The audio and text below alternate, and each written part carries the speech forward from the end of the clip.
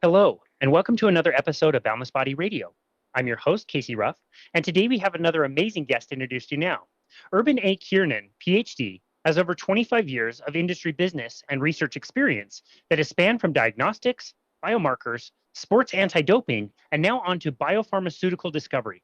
Dr. Kiernan is the founder, chairman, and CEO of iMetabolic Biopharma Corporation, an early-stage TechBio company that is developing an innovative AI computational drug discovery technology, as well as an early-stage drug pipeline with assets gearing towards the treatment of metabolic, cardiovascular, and neurodegenerative diseases. That was really difficult to say, by the way. That's a lot of big words.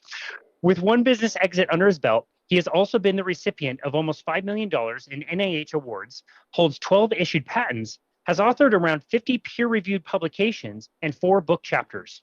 He is a husband and a father of 3, a grandfather of 1, as well as the host of the Decoding Health Podcast. Even though he owns his own drug discovery company, he is an advocate for personal accountability and commitment to health and health span. For fun, he holds a second-degree black belt in judo and recently received his black belt in Brazilian jiu-jitsu. Oh my goodness. Urban A. Kiernan, what an absolute honor it is to welcome you to Boundless Body Radio. Casey, so thank you very much for inviting me on. Really looking forward to having this conversation with you and hopefully imparting just at least a little bit of knowledge that will help your audience and listeners. So again, Well, thank you very much for having me. of course, yeah, it's such an honor to host you, and of course, you're going to be able to impart a lot of knowledge. We mentioned your podcast in the introduction, and you do such a wonderful job, not only with your interviews, but also explaining certain topics. I really love learning about things that I've heard about, but don't really know too much about that you've been able to do deep dives on, and it's really helped expand my knowledge of certain things. And so, yeah, man, it's an honor to host you, and I really, really enjoy your content. No, thank you very much. I appreciate the compliment, and if you don't mind me doing like a shameless plug, the Decoding Health Podcast. We're on every major platform. Our biggest one though is YouTube. Please go in, like, subscribe, leave a comment. Again, we touch on so many different science, healthcare related, topics. Just simply, there's a lot to cover, out there, and it's again, I take my personal health very, very seriously, partially because at one point in time I got so caught up in the corporate grind of things, I lost it. And that's almost the status quo in 2025 when it comes to like people becoming the job. And then they wind up losing everything else, first and foremost, their own personal health, and then they're on a trajectory in which there's a fundamental question like, are you going to be able to come back and rectify this issue? Because the longer you're on that path, it's just harder to go and restore, in parentheticals I'm saying healthy. And the only reason why I do that is because healthy now is a nebulous term, considering so many Americans are actually, their norm is being sick. So, again, I'm kind of throwing some philosophical stuff out there, but that's some of the real challenges that we're dealing in terms of science, which leads into, into medicine, the biopharmaceutical space that I turn around and, live my, my 9 to 5 in and stuff. But being able to come in and take little chunks of knowledge that I have around from just life experience as well as through personal study and stuff, to be able to just go and depart this on the average everyday person. And like like Andrew Huberman is out there. If you really want to deep dive into something, go watch him. But I have a lot of people who like reach out to me and they're like, I watched this, it seemed really interesting, really didn't understand what he was talking about. Could you break this down a little bit further? And so that's the angle of Decoding Health, that we try to bring forward is, touch on some of these subjects, but like, without it becoming like a Joe Rogan experience, being able to go and, highlight on the stuff and just being able to go and just impart information because knowledge is power. And so you just need to know how to turn around and just break this stuff down into a usable, digestible format to see if it's something that you want to implement as a part of your own life and stuff. So, that's this is what I kind of, the podcasting is what I kind of do for fun outside of family and BJJ.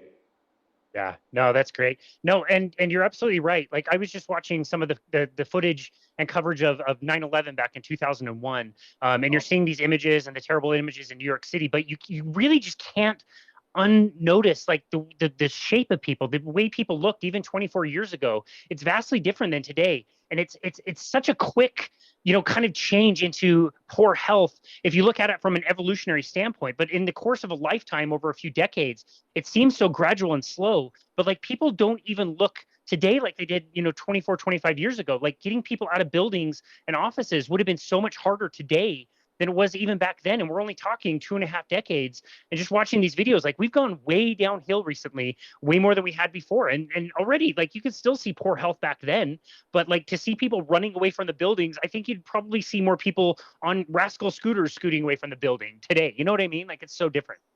right. And I'm gonna kind of like turn this into a little bit of science. I uh, I did an episode on this talking about like what is the status quo of cardiometabolic health here in the United States. And there was a publication that came out in 2022 from Tufts University. It's from the Journal of American College of Cardiology, in which it was a part of the N. Haynes study, in which they had a population that was monitored back in 2000.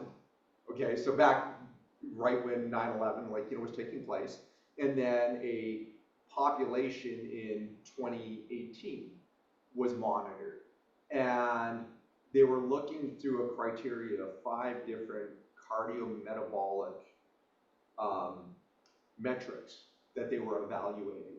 Long story short is in that study, it showed that in 2018, and again, this is pre-pandemic, okay, things have even changed during the pandemic. Pre-pandemic, it turned out that only 6.8% of Americans, according to that metric, that 5 point matrix they were looking at, only 6.8% of Americans could be considered metabolically healthy. And so this goes back to my original question regarding what is healthy. Because if you're basing healthy off of only 6.8% of the population, well, then you're grossly skewed in terms of your Gaussian distribution. Because that isn't even, oh boy, it, not even a quintile. I'm trying to think of the right term. Like if you put that in, if you broke down that Gaussian distribution, you know, they market it as 7% of Americans are only 7% of Americans are metabolically healthy. It's that's bad. That's really really bad, and the average person is completely and totally unaware or oblivious of that situation. And again, there's so many different talking points around that, but 25% of people who have heart attacks didn't even realize that they had an issue to begin with. It was a surprise to them. So again, it's just being able to just come in, like identify, like, well, what is our baseline we're dealing with here? And I agree with you, Casey. Like, even if you go and you look at like photographs of like beaches and stuff between, the really dramatic is if you saw the pictures of the 60s and 70s Oh of yeah. just average everyday beachgoers versus now, and a lot of these trends actually started in, the 50s and 70s space, in which you started getting like urban sprawl and people moving out into suburbs and commutes. Even without bringing in like the dietary changes, there was a lot of just simple behavioral changes that took place, in which people weren't living primarily in urban areas and walked everywhere. So like from a, just from a base metabolic perspective, like everything started to change under the, I'm going to say the word guise, but it was under good intention of being able to live the American dream and like own your own home. And you're like, that's a great, great concept and stuff, but there is no free lunch. It came with a consequence. And now the simple fact that, like in some demographics, people, they commute 2 hours each way in and out of work. And you're sitting there like, and then you're sitting all day for work. It's just, that is eventually going to take its toll. And unfortunately, from a metabolic or cardiometabolic perspective, these things are like so slow in development that it doesn't register in the mind that I've fallen off of the horse. So yeah, again, sorry for being so long-winded here, but there's so much stuff that we're trying to contend with. It's just like, you got the actual disease aspect, like let's go and help people with atherosclerosis and cardiovascular disease. Let's get insulin resistance under control so they don't develop type 2 diabetes. But there's also the mental challenges that go with that level of cognitive dissonance. If a person isn't in that mindset yet to accept the fact that they have an issue, or it's a level of an issue that requires intervention, you might as well be talking to the wall. It's not going to register with them. And I'm sure like I might be offending some people when I turn around and by me sitting there saying it, but prove me wrong. You can lead a horse to water, but you can't make it drink. This is the living embodiment of that old, that cliche or little phrase. And it's to the point where 93% of Americans are sick. And so, it's a truly sad state of affairs. And don't want to make things political in any way, shape, or form, but now you got this whole Maha movement and everything. And again, knowing enough about politics in which you got to take your wins where you can get them. Now you've got Fruit Loops in which, Kellogg is removing artificial dyes and they're putting in, natural dyes. Okay, fine, that's a step in the right direction. But the simple fact that there are parents who sit there and think, starting their kids off in the morning with breakfast with Fruit Loops, the dyes aren't really going to change anything. It's the fact that you're starting off your kid's day with Fruit Loops to go and sit on a bus to get to school, and then they're going to sit in the classroom because they don't teach PE anymore. Recess is very, very limited.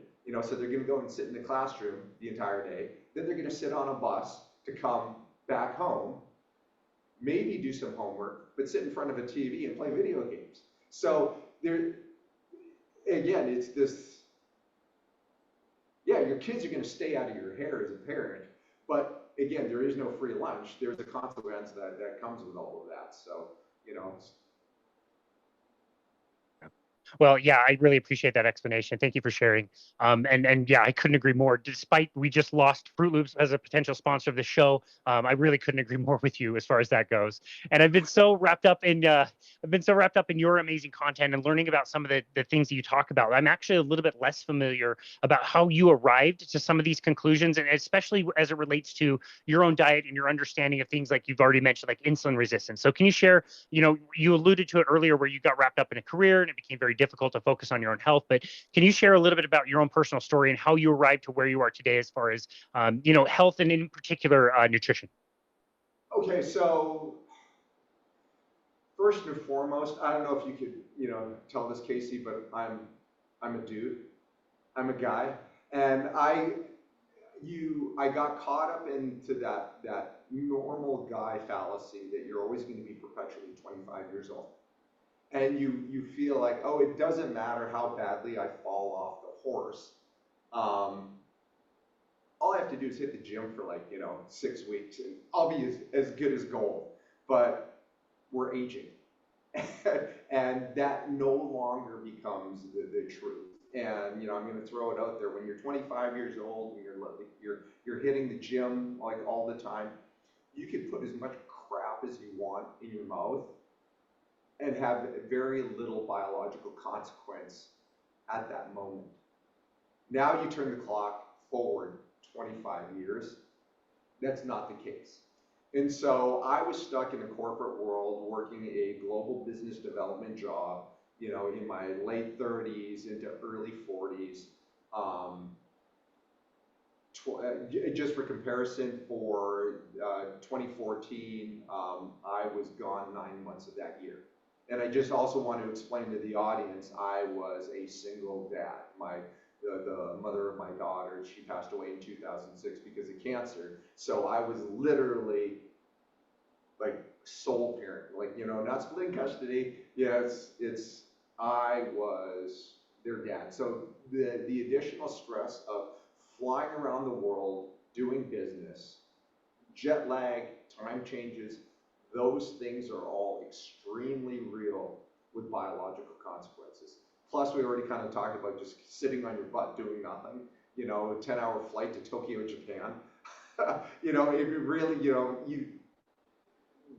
there's not a lot of exercise that you can get in that period, and then you're constantly like eating in airports, trying to manage your job, the stress of trying to go and manage a household, manage the nannies who are taking care of my daughters while I was gone, and still having enough interaction with my daughters in order to have a relationship with them. It's hard enough, with a dad and a daughter, especially at the ages that they were at that point in time, being able to relate to them, because the last time I was a teenage girl was never. It's just, you have to have that open level of communication, and that just leads into this recipe within your body in which you're sedentary, you're not putting the right fuel into your body, you're overly stressed, leading to cortisol. And for the record, cortisol increases blood sugar. A lot of people don't talk about that, but through gluconeogenesis, cortisol will actually create sugar in your bloodstream, which all leads into this compounding problem in which you start to break. You become part of that 93% of, the Americans are unhealthy, and I was living it, and it got to the point where my health was failing. I was getting, for the longest time, you kind of accept being sick and tired as like the norm with it. Like, I'm doing my best with everything, but I couldn't do it anymore. And it made me step away from that entire career and gave me an opportunity to take a breath, reflect on life, and then start implementing change. Because I had that epiphany moment, the come to Jesus moment, so to speak, in which either I do this or else I'm going to end up in a coffin. And on my mom's side of the family, like the number of people with cardiovascular, because she was Filipino, the amount of cardiovascular disease, obesity, like half of my family members had strokes. It's just something that it's like watching Titanic. How it's going to end, and so I had to do something in which, okay, we're going to do this. And so I stepped back, reintegrated, workouts into my life. But then that's when I realized that I really need to go and improve what it is that I'm putting into my mouth, what I'm fueling my body with. And that's when I accepted it. I was 42 years old. And then that's when I realized, well, 80% of who you are comes from what you eat.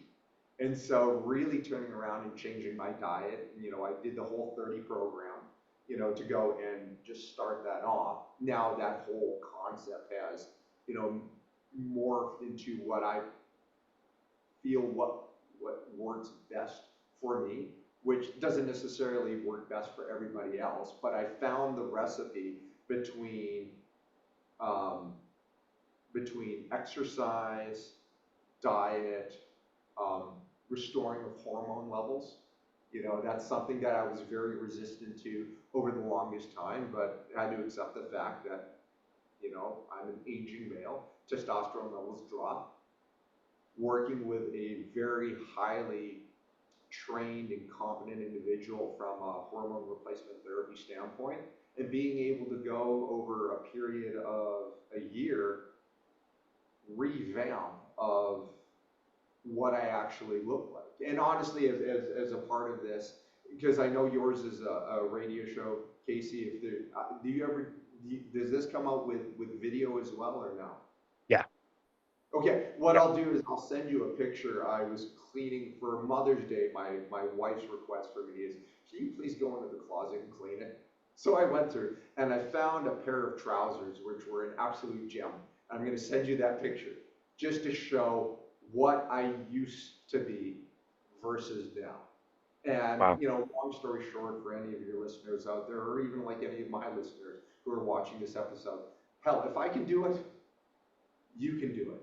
But you'll feel so much better. You'll be so much happier. You will be able to go and pursue different aspects of life and dreams that you never thought possible just by simply devoting some love and attention to yourself and taking your physical fitness and health and well-being seriously.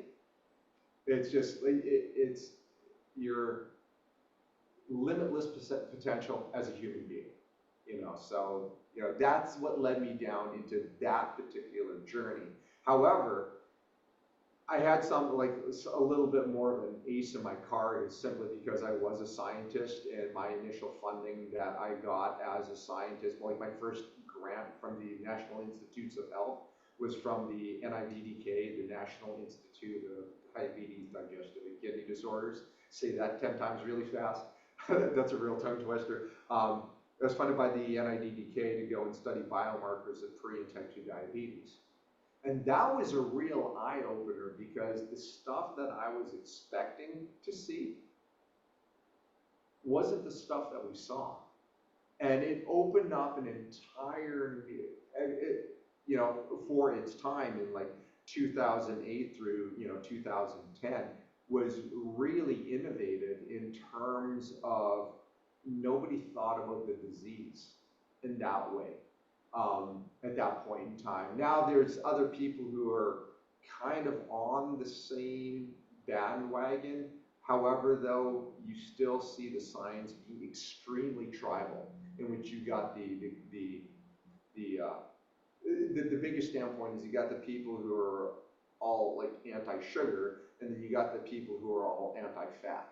And they're so tribal that they're not talking to each other, and they're keeping this firewall in between, in which, and truly, there is this interlocking, you know, between them. And there are similarities in terms of the disease pathology that create so much overlap, where I sit in a world where I can unequivocally sit there and say, both camps, you're not wrong, but you're not right either. And so, you know, that was something in terms of not only being able to go and form my company, but have that mindset in terms of looking at these personal life changes that I was going to make, and look at it from a pure biology, biochemistry perspective, and being able to see enough data points in which I could challenge the status quo and be able to understand that, no, there's validity to this. You know, case in point, when somebody goes on, like, on a carnivore or ketogenic diet, which is something that I personally go and subscribe to as a part of my life, Western medicine, from a lipidology, blood fat standpoint, just by what you're fueling yourself with and how your metabolism changes, Western medicine isn't able to contend with that, because all of those things wind up changing, and they view that as a bad thing. It's supposed to, they come in with a certain level of bias, and I don't blame them. This is what they learned in school, this is what they're taught, this is what the guidelines say. These are all licensed professionals, and they have to turn around and abide by those rules. But me as a researcher, I'm not bound by those rules. And I can go and I can challenge that status quo, and it gives me a tremendous amount of freedom in terms of developing my own innovative thought around this stuff. And when you sit there and just look at it through a different set of optics, I understand why they're making those judgments, but at the same token too, if you look at it through this different set of optics, you will understand how fundamentally at a metabolic level you are changing, in which your data readout that you're just used to like looking at is no longer relevant. You know, and that's something that medicine hasn't, in the research world, there's a lot of us who understand, yeah, this is the way it is. Modern medicine, which is normally at least 10 years behind the research, just hasn't caught up with that concept yet. So, you know, that's kind of the battle that we're going with. And you see it out there. If you go and you look at people like, you know, Nick Norowitz or Anthony Chafee or Sean Baker, the people, Dr. Kiltz as well, people who are heavy into carnivore, they get chastised a lot by mainstream medicine. It's just simply because mainstream medicine hasn't caught up with the facts of all of this research. And I'm sure we're going to get chastised for me just making that statement right now, but fine, you know, go ahead. It opens up the ability to have thoughtful debate on this, because that's what science is. Science is never settled. You know, if there's any of your listeners out there, if they are interacting with some sort of medical professional in which they come back and make the statement that the science is settled, you need to find somebody else, because the science is never ever settled, and you know, that's the truth reality of all of it. Yeah. Well said, man. Yeah, no, I love that. And I agree with you completely. Like the science is there. We all love to nerd out about it, but there's also the experiential side of things, right? Like it's what you feel, it's how you show up in life and all these other things. And so I'm just curious for you, what was your experience kind of transitioning into a ketogenic and carnivore lifestyle, as far as like your own experience, how you were feeling, how you were thinking, emotion wise, like all of that stuff. Like what did you notice when you started to transition over to carnivore? First, so I normally do high protein keto. Again, I had to figure out what was good for me, and like I won't sit down and eat a stick of butter just simply because that doesn't resonate with my particular palate. So you know, I've gone kind of rogue in my own sense and created my own aspect, or my own path or plan on Good. this. Yeah, Um, good. and ultimately, to quote Nick Norowitz, like you have to start off with an N of one.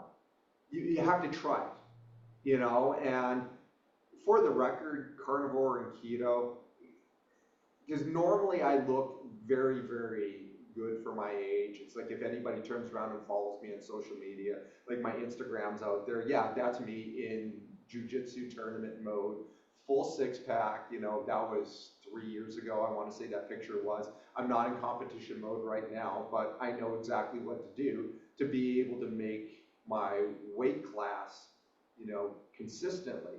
But they sit there and they look at it, it's like, we're the same age, we look totally different. Like, you know, what's your secret? I will mention what I personally do. However, like 9 times out of 10, I'm going to throw the caveat on out there, because I know them. You probably don't want to do this because you're going to mess it up. You don't have the discipline, or at least I haven't seen the discipline necessary for you to succeed at this. And if you do it wrong, you're going to be worse off. It's like with the GLP-1 receptor agonist drugs.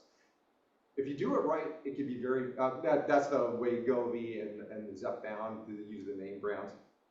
If you do it right, tremendous benefit. If you do it wrong, you're going to be worse off than what you started. And unfortunately, we're seeing more of the latter than we are of the success stories behind this. And so like I just like to be very, very frank with people. Now, people that have started it, and I was the same way too, going over into ketosis, there's nothing pleasant about going into ketosis. And I've talked to a lot of people, oh, I did keto for a week. No, you didn't. You entered a ketogenic state, but you didn't fat adapt. And fat adaptation takes about 6 weeks. And that is where it's gonna, we're gonna find out how badly do you want this or not. is can you make it through that 6-week period? It's because your body is going to be going through hell, and then eventually you're just going to wake up one morning and you're on the other side. And once you're on the other side, it's just like, holy crap, like you feel great. You have more energy than you could possibly imagine. You know, this whole concept regarding you need carbohydrate to build muscle. That's one of the biggest fallacies that's out there. It's just, you can grow and maintain muscle. Again, high carbohydrate, a lot of that times it looks like you have big muscle, but that's just puffiness, water retention that you have in there. You know, and that's the same case that can be made with some individuals regarding the use of creatine. You know, that's water retention that your muscles are holding on to you. And this is why that whole concept of the N of 1 is so important, because all of these products, and I live this as a part of my pharmaceutical world, is everything's built upon a Gaussian distribution, a bell-shaped curve. And what you're shooting for is, if we're coming up with a protocol, in Western medicine is all this way. If we're coming up with a protocol, we're trying to go and get that high point of the bell-shaped curve. And, you know, 1, if not 2 standard deviations of that in which we have positive response. I have no clue of where somebody would sit on that Gaussian distribution for anything. I don't even know where I would sit on that until I go and I turn around and try it. But if you're going to do it, you know, and back to your original question regarding what my experiences was like, I wanted it. So I stuck it out, got through that 6 weeks. And again, I got to reiterate that it is hell. You know, you go through the diarrhea, you go through the lightheadedness, you go through the keto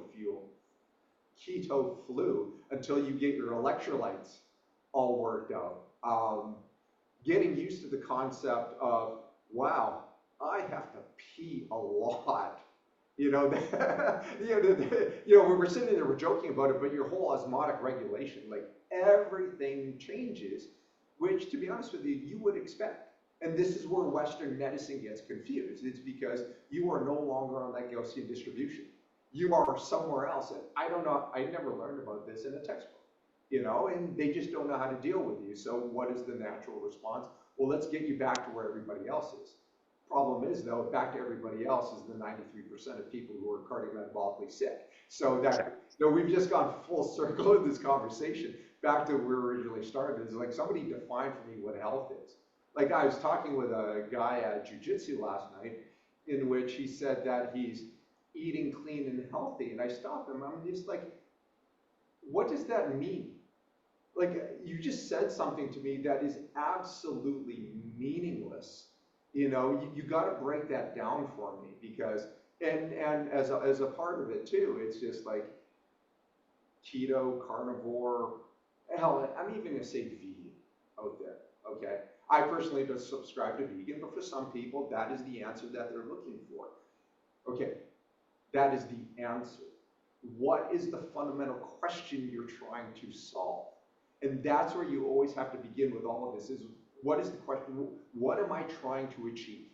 Okay, I'm not trying to be a bodybuilder. Okay, so why would I go and take advice from somebody who's bodybuilding and was prepping for a show and stuff, when that's not at all what my goal or objective is?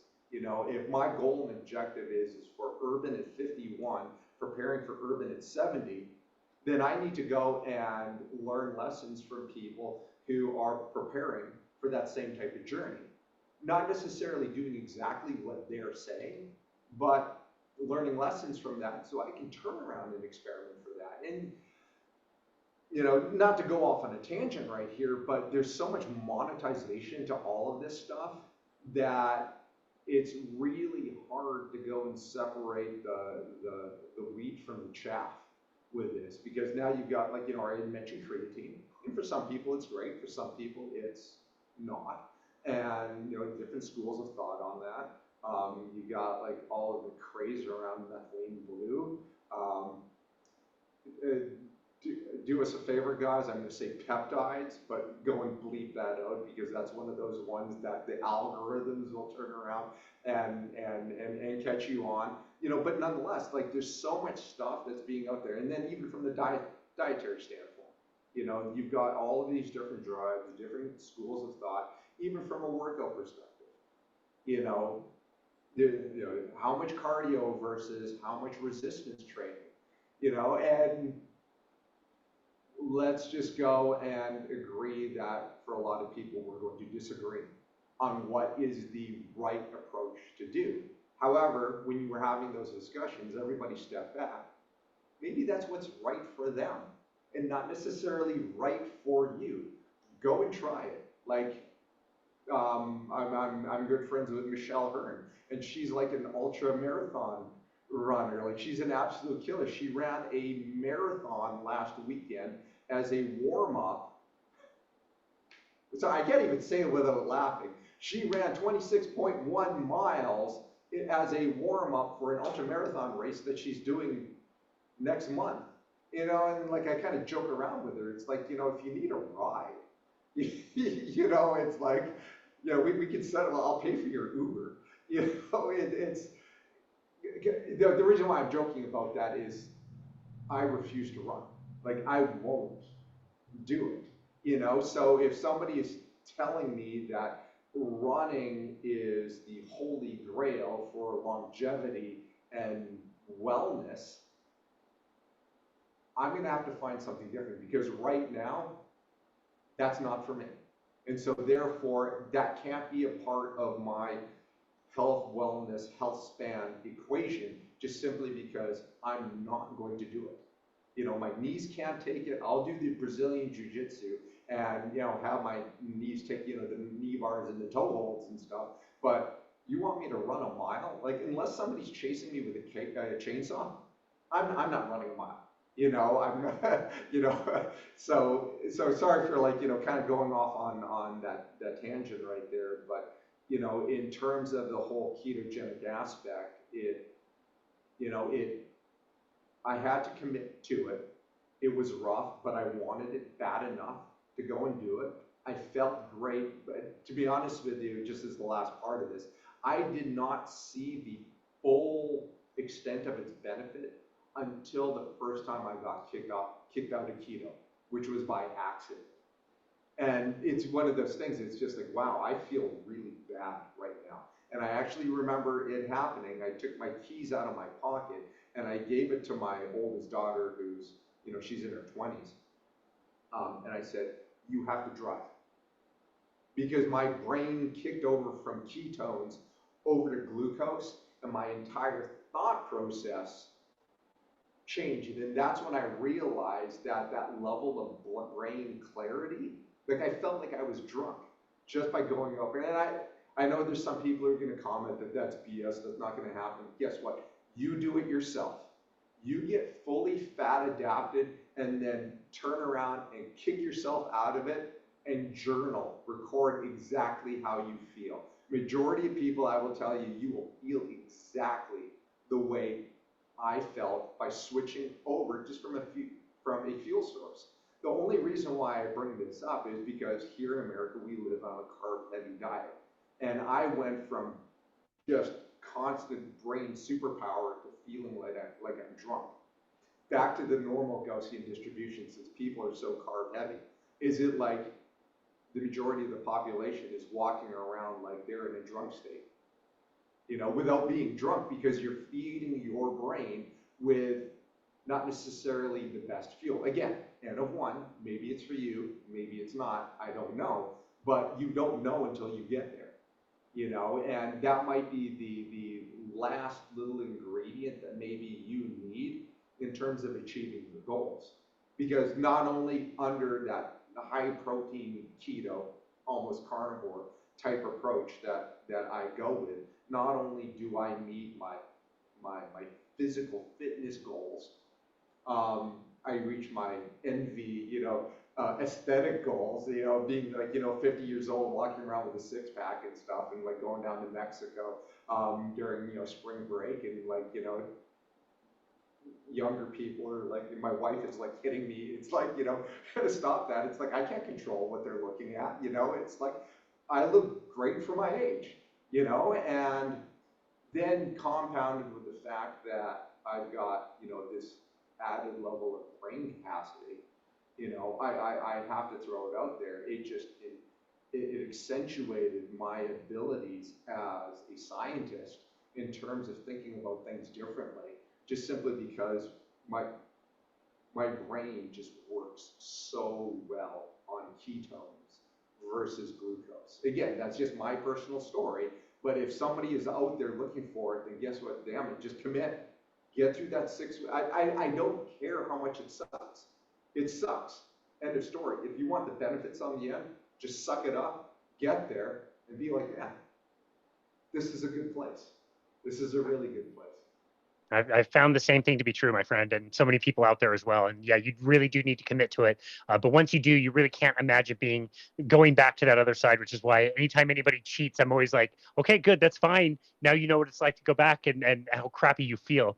I'm so curious. So in your podcast, you cover so many different topics really, really well, like I said earlier. And I want to be clear why I'm asking this question. I'm not saying that this is your thing. This is the magic bullet. You said that nutrition is like 80% of the things you prescribe, but there are these other things that can maybe help, that you know something about. And I'm asking you this question because you've taught me so much about this topic that I've heard things about.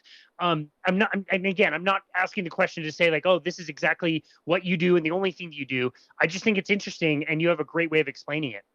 Can you explain what you've learned about nicotine in particular?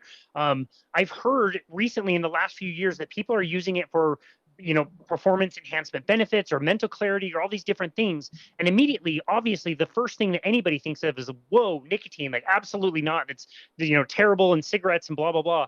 But you start to hear other things about it. And you put out several actually episodes about it that I think is very interesting. So can you share a little bit with the listener about the things you've learned about experimenting with taking nicotine? And you kind of hit the nail on the head. The immediate association is with cigarettes. And there's so many carcinogens and just crap that are in. Like, I've even done an episode on vaping. We're not supposed to be putting stuff into our lungs. And so, long story short, able to go and take a pure form of nicotine and understanding the biology that takes place around nicotine. And, we've got nicotinic acid acetylcholine receptors in our body. And this is where kind of like my interest took place, because those are actually heavily concentrated within the brain. And by having nicotine and nicotinic acid in the system and stimulating those receptors, it actually boosts the metabolic function in your brain. And we're probably gonna have to bleep this out too.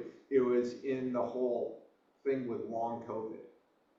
That's a very real issue where somebody gets the infection, whether it be from the actual infection or from the jab, and they just get that cloudiness in their brain. And just doing some research regarding, well, what are all the potential benefits? Like, I stumbled across that there are clinical studies that were out there in which within a 2-week period, people were putting the long version of that into remission. Okay, and so then just diving into it a little bit more. And then one of the things that people will come up with is, well, it's a stimulant. Yes, it is a stimulant. And then they're like, well, why don't I just go and get the same benefits from a nice coffee or a cold brew? It's a very different pathway than what caffeine does. And it's these nuances in rather than like eating of what time we have left on the show and like some of the specifics of that. Or honestly, there is so much research that went into it. And you got to be careful with the older research, because the older research is flawed, because the mode of administration of the nicotine was through like normal tobacco products. And that's just not pure nicotine, and that convolutes the data. I understand why they were drawing their conclusions. Not to sit there and say that they were wrong, but it was muddled because of other stuff. And so Now, here we sit in 2025, you've got other routes of administration when it comes to nicotine. You've got the pouches, you got patches, you've got lozenges, you got the gum, but they're not all the same. And as much, so long story short, personally, the way I use nicotine, I only use it on particular cycles. And again, N of 1, this is what I do for me. I found that 7 milligram patches work for me. I do them maybe once a month for a week, maybe once every 6 weeks. And to me, it's all based off of my biological clock. If I notice that I'm starting to wake up and I'm having a hard time to wake up in the morning, okay, my body needs a little bit of a boost. I'll turn around and I'll start doing my patch regimen, and it's just 7 days that I do, 7 milligrams. I have tried 14, got the same effect as 14, but if I get by, less is more, so to speak. If I can get by with 7, that's what I personally turn around and stick with. I know there are people that they are sensitive to nicotine, and even 7 is too much, so they cut the patches in half. Again, you don't know until you try and stuff. But I find it that when I do my cycle, I will turn around and in the morning I wake up easier and I can get on my day and be productive rather than laying in bed and just like, oh, come on, just get out of bed and get going. If I'm traveling and I'm concerned about the potential of jet lag, I will use nicotine patches to help combat that. Now, other people go and use nicotine personally for other things. Like I've even had comments on my episode regarding like truck drivers using it in order to stay awake. Okay, fine. What is your purpose? However, this is where some of the buyer beware aspects need to be in. And the last episode that I did on this is nobody walks around with a pocket full of nicotine patches. And there's also the rate of the rate of nicotine disbursement versus the different modalities. So in the case of a nicotine patch, you get about 80% diffusion, or actually I take that back, it's like 60 to 80% within 6 to 12 hours of putting that patch on. So it's a very slow release, and I get benefit from that. Looking at the literature, most common nicotine patches will do an 80% delivery within 20 minutes. So you're getting hit with a heavy dose. I had somebody come back and reach out to me and say, well, Zyn, according to them, they've got a different set of numbers, but that's Zyn's own research, and I'm sure they're very aware of the negative consequences of too much nicotine. Okay, it goes back to this whole concept of the inverse curve, in which if I go and I take one level of dose, I get this amount of benefit. Well, if I double it, do I get twice the amount of benefit? Eventually, you get to the, and everybody freaking neglects this. You get to a point where it doesn't keep on going up. It just drops. And then there is no value benefit for the amount that you're taking. And nicotine is no different. And what I'm seeing is because people are carrying the tins around, and this could be the same with like the lozenges, the nicotine gum, is those become addictive and habit forming simply because you have such easy access to it. So whether or not the addiction comes from the dopamine or the dopamine rush that comes with it, because that does happen, is it because you're just fidgety and you don't know what to do with your hands? Okay, that's why a lot of people vape. They just don't know what to do, and they feel like they have to turn around and do something. Are you in a social situation in which everybody else is doing it and you're just trying to go and fit in? Like, all of those things are very, very real. But I saw Dr. Paul Saladino do an episode on this where he was talking about a gentleman that was doing a tin of Zyn or one of the other brands. I shouldn't just be labeling it as in, my bad. But nonetheless, they were doing a 10 every single day. From a nicotine perspective, that was the same amount of nicotine as in 4 packs of cigarettes. Wow.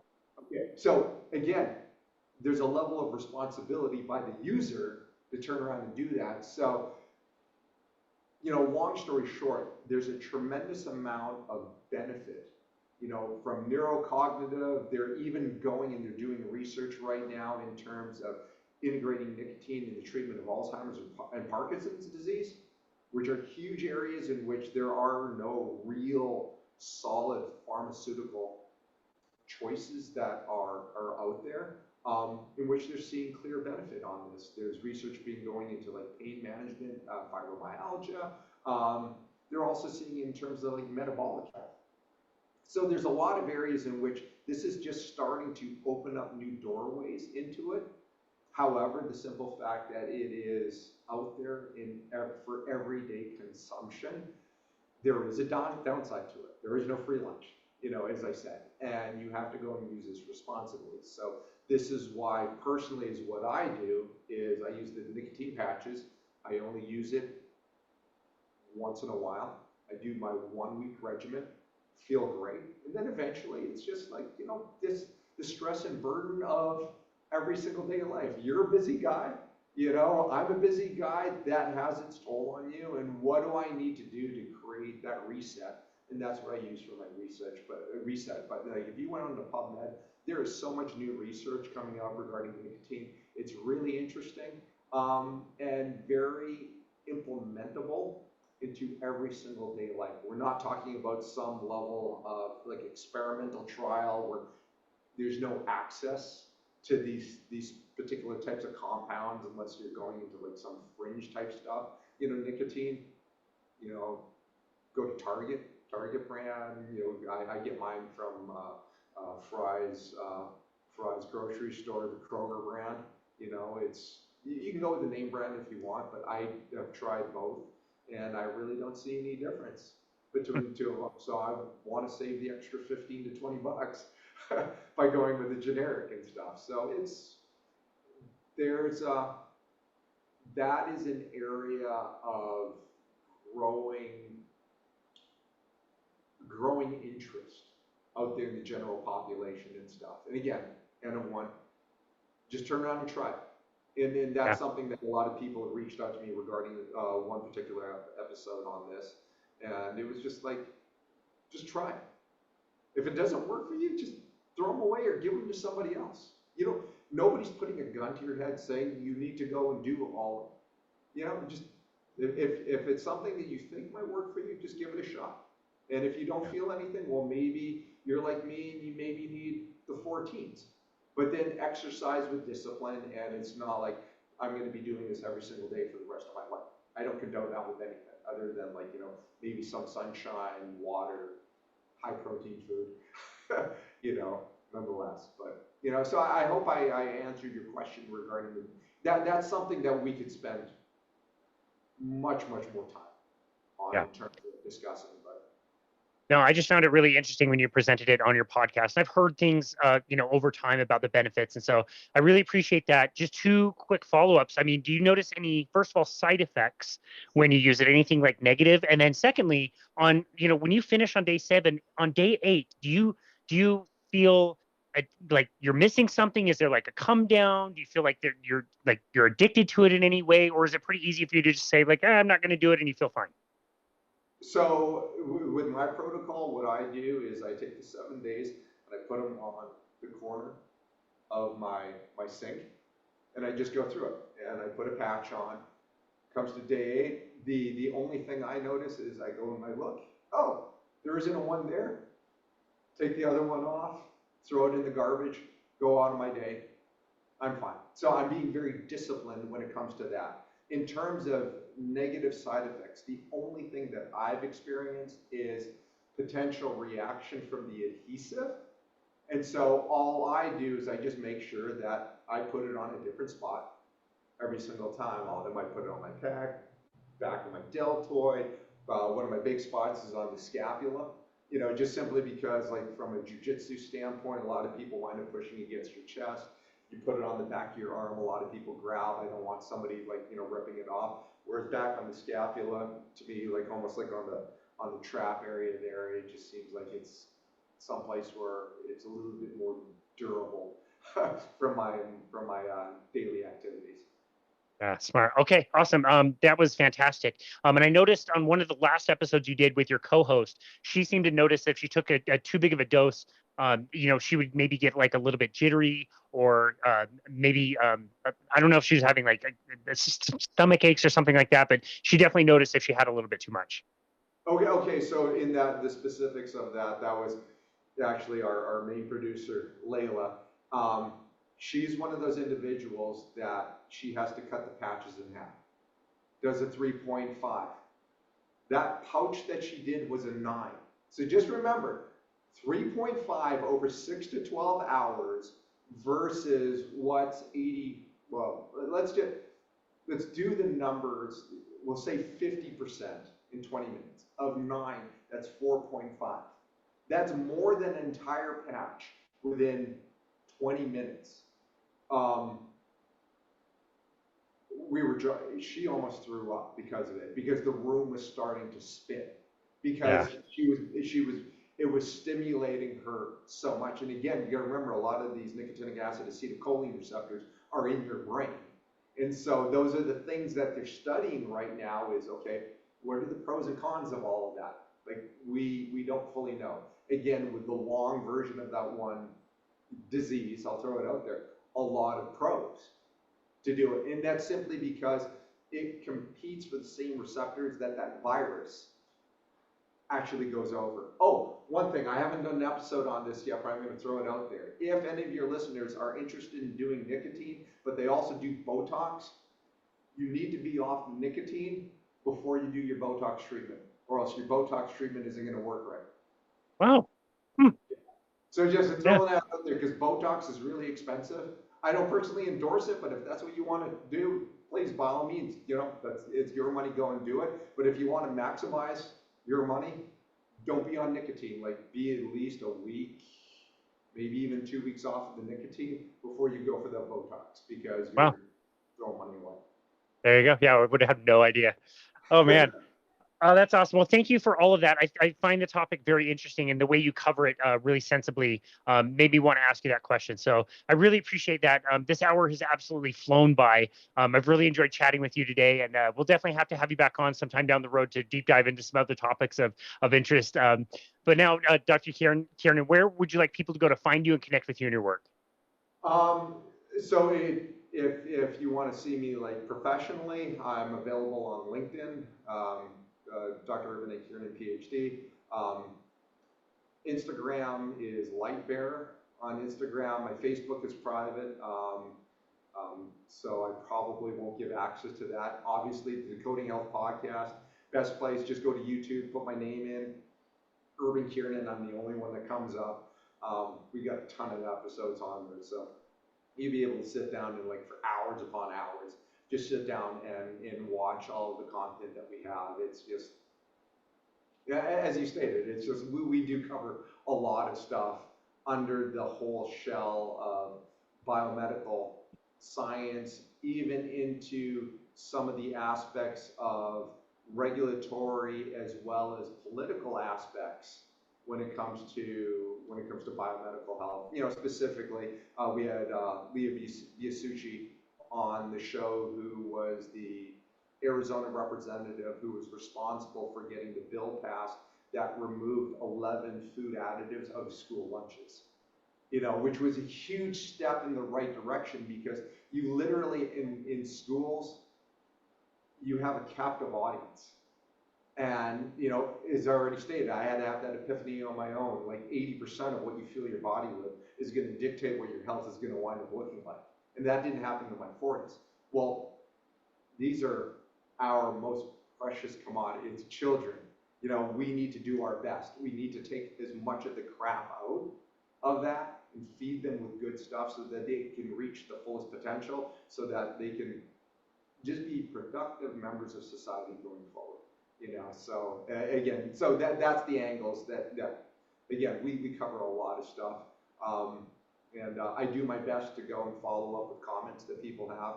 Again, I just do this for fun. I have my normal 9 to 5 that I do. So sometimes there is a delay, but nonetheless, I really love interacting with thoughtful comments from my audience members and stuff. And, I just really appreciate, the support, and viewership, including you, Casey, for like just checking out our episodes and actually getting something out of it. Absolutely. I try to find some really entertaining guests, and I appreciate the simple fact that you're allowing me to use this episode as a part of Decoding Health as well and stuff, because I really enjoyed the conversation with you. And honestly, if more than happy to sit down and dive more into this, because yeah, that hour just evaporated, and there's so many other things that we could sit down and touch on, like all the way from the bioactive peptides, which are a huge area in the biohacking space. You got the whole methylene blue, even the controversies regarding the cold plunge versus, infrared, heat there, sauna therapy. Like, I live in Arizona. I've actually stopped wearing sunglasses because I want more UVA exposure to my retinas to stimulate brain-derived neurotrophic factor in my brain. And so I've stopped wearing sunglasses. I'm also doing certain supplements, regarding that, just simply because as you get older, you start having that cognitive decline. Everything I'm doing right now at Urban 51 is preparation for Urban at 70. I want to be around my kids. I want to be around my grandkids, and just not being somebody sitting there in a wheelchair, like, staring at them with a bunch of drool coming out of my mouth. That's not living. I want to be out there, active, having fun. Like, if we go to Disney World, I want to be able to ride the roller coasters. So that's just me. Might not be for everybody, but nonetheless, that's what I want out of life. So I'm investing and committed to doing that for me. And so that's my soapbox right there. Well, hey, that's why we're putting out content for people who are like-minded with you and I, to be able to find the content. And you do a wonderful job making those concepts really understandable. You explain everything really well. And obviously, you're a living example of what life can be and how awesome it can be when you start to follow the proper lifestyle factors to get you there. So for now, Dr. Kiernan, thank you so very much. This has been an awesome conversation. We'll look forward to chatting again sometime down the road. But for now, thank you so very much for taking time out of your busy day to be on our show today. We really appreciate you. Hey, Casey, thank you very much for having me on.